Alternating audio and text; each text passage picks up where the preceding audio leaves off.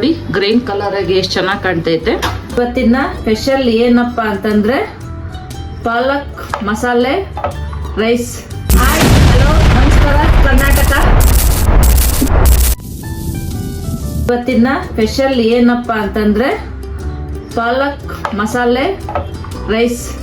ಅದಕ್ಕೆ ಬೇಕಾಗಿರುವ ಸಾಮಾನು ನೋಡಿ, ಒಂದು 8 ಹಸಿಮೆಣಸಿಕಾಯಿ, ಪಾಲಕ್, ಕೊತ್ತಂಬರಿ, ಸ್ವಲ್ಪ ಪುದೀನ, ಬೆಳ್ಳುಳ್ಳಿ, ಹಸಿ ಶುಂಠಿ, ಹಚ್ಕೊಂಡಿರೋ ಸಣ್ಣಗೆ ಈರುಳ್ಳಿ, 2 ಟೊಮೊಟೊ, 1 ಕಪ್ ಮೊಸರು.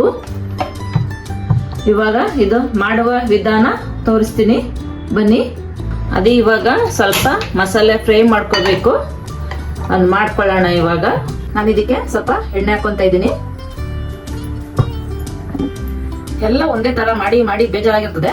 ಬೇರೆ ತರ ಮಾಡಬೇಕು ಅಂತ ಅಂದ್ಕೊಂಡಾಗ ಇದನ್ನ ಫ್ರೈ ಮಾಡಿ. ಶುಂಠಿ ಹಾಕೊತಾ ಇದ್ದೀನಿ, ಬೆಳ್ಳುಳ್ಳಿ, ಸ್ವಲ್ಪ ಹಸಿಮೆಣಸಿನಕಾಯಿ,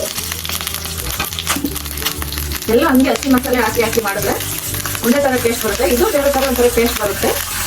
ಈ ತರ ಸ್ವಲ್ಪ ಎಲ್ಲ ಫ್ರೈ ಮಾಡ್ಕೊಂಡು ಹಾಕಿ ಮಾಡಿದ್ರೆ ಚೆನ್ನಾಗಿರುತ್ತೆ. ನಾವು ಬೇರೆ ಬೇರೆ ಥರ ಮಾಡ್ತಾ ಇರ್ತೀವಿ. ಟೊಮೊಟೊ ಬಾತು, ತರಕಾರಿ ಬಾತು ಅಂದ್ಕೊಂಡು ಮಾಡ್ತಾ ಇರ್ತೀವಿ. ಪಾಲಕ್ ರೈಸ್ ಅಂತ ಮಾಡಿ ಚೆನ್ನಾಗಿರುತ್ತೆ. ಅದುವೇ ಪಾಲಕ್ ಸೊಪ್ಪು, ಕೊತ್ತಂಬರಿ, ಪುದೀನ, ಕೊತ್ತಂಬರಿ, ಪಾಲಕ್ ಮೂರು. ಇದನ್ನು ಸ್ವಲ್ಪ ಎಣ್ಣೆಲೆ ಫ್ರೈ ಮಾಡ್ಕೋಬೇಕು. ಬೆಳಗಿನ ಟಿಫನ್ಗೆಲ್ಲ ಬಾಕ್ಸ್ಗೆಲ್ಲ ಆಗುತ್ತೆ. ಈ ಥರ ಮಾಡಿಕೊಂಡ್ರೆ ಏನು ದಿನ ಒಂದೇ ಥರ ಅದು ಬೇರೆ ಬೇರೆ ಮಾಡ್ಕೊಳುತ್ತೆ. ಈ ಥರನೂ ಮಾಡಿದರೆ ಚೆನ್ನಾಗಿ ಬರುತ್ತೆ. ನೋಡಿ, ಈ ಥರ ಫ್ರೈ ಆಗಬೇಕು ನೀಟಾಗಿ. ಇದು ಸಾಕು, ಇಷ್ಟು ಫ್ರೈ ಆಗಿರೋದು.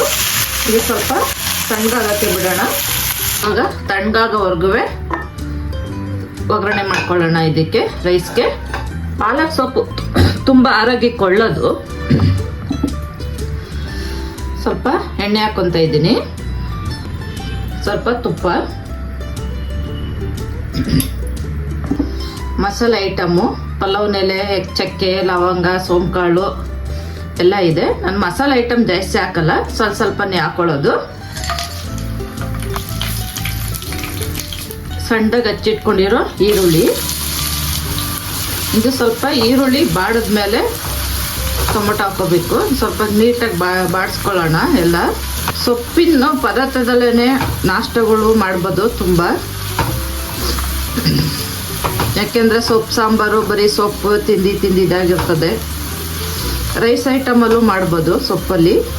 ನೋಡಿ, ಸ್ವಲ್ಪ ಬಾಡಿದೆ ಟೊಮೊಟೊ. ಯಾವುದೇ ಮಸಾಲ ಏನು ಜಾಸ್ತಿ ಏನು ಬೇಕಾಗಿಲ್ಲ. ಸಿಂಪಲಾಗಿ ಸ್ವಲ್ಪ ಹಾಕ್ಕೊಂಡ್ರು ಪರವಾಗಿಲ್ಲ. ಪಾಲಕ್ ಸೊಪ್ಪು ಸ್ವಲ್ಪ ಜಾಸ್ತಿ ಹಾಕ್ಕೊಂಡ್ರು ಚೆನ್ನಾಗಿರುತ್ತೆ. ಆದರೆ ಹಸಿದು ಹಾಕ್ಬಾರ್ದು, ಫ್ರೈ ಮಾಡಿ ಹಾಕಬೇಕು. ಹಸಿದು ಹಾಕಿದ್ರೆ ಸ್ಮೆಲ್ಲು ಚೆನ್ನಾಗಿರಲ್ಲ. ಅದರಲ್ಲಿ ತುಪ್ಪ ಹಾಕಿ ಸ್ವಲ್ಪ ಮಾಡಿದ್ರೆ ಫ್ಲೇವರ್ ಚೆನ್ನಾಗಿರ್ತದೆ, ಗಮ್ ಅಂತ. ಹಂಗಾಗಿ ಸ್ವಲ್ಪ ತುಪ್ಪ ಯೂಸ್ ಮಾಡ್ಕೊಳ್ಳಿ. ತುಪ್ಪ ಸ್ವಲ್ಪ ಜಾಸ್ತಿ ಹಾಕ್ಕೊಂಡ್ರು ಪರವಾಗಿಲ್ಲ. ನಾನು ಸ್ವಲ್ಪನೇ ಹಾಕಿರೋದು ತುಪ್ಪ. ಸ್ವಲ್ಪ ಗರಂ ಮಸಾಲೆ ಹಾಕ್ಕೊತಾ ಇದ್ದೀನಿ, ಸ್ವಲ್ಪ ಅರಿಶಿನ, ರುಚಿಗೆ ತಕ್ಕಷ್ಟು ಉಪ್ಪು. ಇದೆಲ್ಲ ನೀಟಾಗಿ ಫ್ರೈ ಆಗೋವರೆಗೂ ನಾವು ಆವಾಗಲೇ ಹುರಿದಿಟ್ಕೊಂಡಿದ್ದ ಮಸಾಲ ರುಬ್ಕೊಬರೋಣ. ಸ್ವಲ್ಪ ಟೊಮೊಟೊ ಅದೆಲ್ಲ ಬೇಯ್ತಾ ಇರಲಿ. ಇವಾಗ ಆ ಮಸಾಲೆ ರುಬ್ಕೊಳ್ಳೋಣ. ಆವಾಗಲೇ ಫ್ರೈ ಮಾಡಿ ಇಟ್ಕೊಂಡಿದ್ದು. ಈಗ ತಣ್ಣಗಾಗಿದೆ ಅದು. ಸ್ವಲ್ಪ ನೀರು ಹಾಕ್ಕೊತಾ ಇದ್ದೀನಿ. ಈಗ ಅದು ರುಬ್ಕೊಂಡದಾಗಿದೆ. ಈ ಥರ ಸ್ವಲ್ಪ ಫ್ರೈ ಆದರೆ ಚೆನ್ನಾಗಿರ್ತದೆ ಎಣ್ಣೆಲಿ. ನಿಮಗೆ ಖಾರ ಫುಲ್ಲು ಹಸಿಮೆಣಸಿಕಾಯಲ್ಲಿ ಹಾಕ್ಕೊತೀನಿ ಅಂತಂದರೆ ಅದರಲ್ಲಿ ಹಾಕ್ಕೊಳ್ಳಿ. ನಾನು ಸ್ವಲ್ಪ ಚಿಲ್ಲಿ ಪೌಡ್ರ್ ಹಾಕ್ಕೊತಾ ಇದ್ದೀನಿ. ಖಾರ ಎಷ್ಟು ಬೇಕಷ್ಟು. ಖಾರ ಜಾಸ್ತಿ ತಿನ್ನೋರು ಇರ್ತದೆ, ಖಾರ ಕಮ್ಮಿ ತಿನ್ನೋರು ಇರ್ತಾರೆ. ಹಾಗಾಗಿ ಖಾರ ನಿಮ್ಗೆ ಎಷ್ಟು ಬೇಕಷ್ಟು ಮಾತ್ರ ಹಾಕ್ಕೊಳ್ಳಿ. ಇದು ಮಸಾಲ ರುಬ್ಬಿಟ್ಕೊಂಡಿದ್ದು. ಸಿಂಪಲ್ಲಾಗೆ ಬೆಳಿಗ್ಗೆ ಟಿಫನ್ಗೆ ಸಾಕು. ತರಕಾರಿ ಏನಿರಲ್ಲ ಮನೇಲಿ ಒಂದೇನೋ ಸೊಪ್ಪು, ಟೊಮೊಟೊ ಏನೋ ಇರ್ತದೆ, ಅಷ್ಟಕ್ಕೆ ಅಡ್ಜಸ್ಟ್ ಮಾಡಬೇಕು. ಇವಾಗ ಆಚೆಗೆ ಹೋಗೋಕ್ಕಾಗಲ್ಲ ತರೋಕ್ಕೆ ಅನ್ನಂಗಿದ್ರೆ ಸಿಂಪಲ್ಲಾಗೆ ಹಿಂಗೆ ಮಾಡ್ಕೋಬೋದು. ಬೇಗನೂ ಆಗುತ್ತೆ. ಇದು ಸ್ವಲ್ಪ ಹಸಿ ಮಸಾಲೆ ಸ್ವಲ್ಪ ಫ್ರೈ ಆಗಲಿ.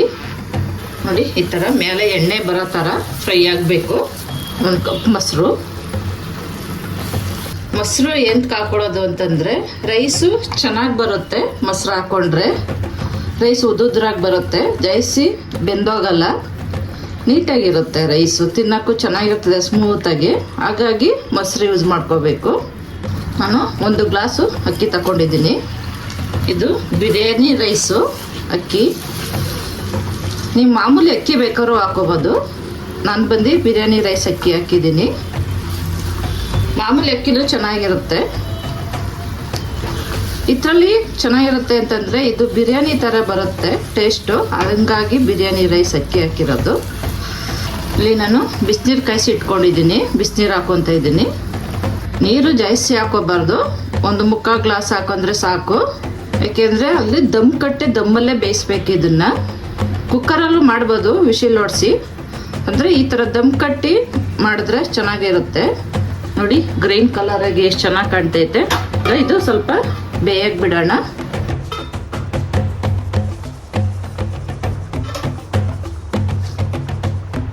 ಇದಕ್ಕೆ ನಾನು ಸ್ವಲ್ಪ ಕಸ್ತೂರಿ ಮೆಂತ್ಯ ಹಾಕೋತಾ ಇದ್ದೀನಿ.